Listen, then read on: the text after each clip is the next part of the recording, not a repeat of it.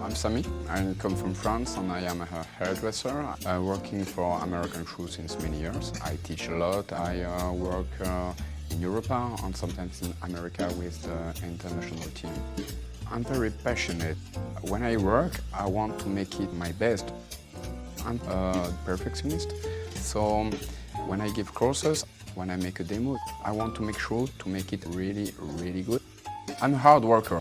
If I can work every day, I do it because I really love what I do. When someone is sitting on my chair, they expect something.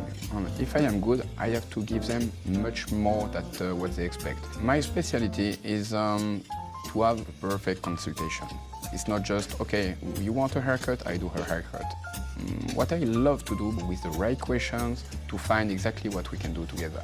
The American True is a global concept. It's not just about product, it's a process. It's many steps. Consultation, to use the right shampoo, use the right method, as well as the right product for the styling. What I like the most about this job is when I do what I do because I like to help people to look better. After working, when they see themselves in the mirror, it's totally different. We make them totally sublime, you know.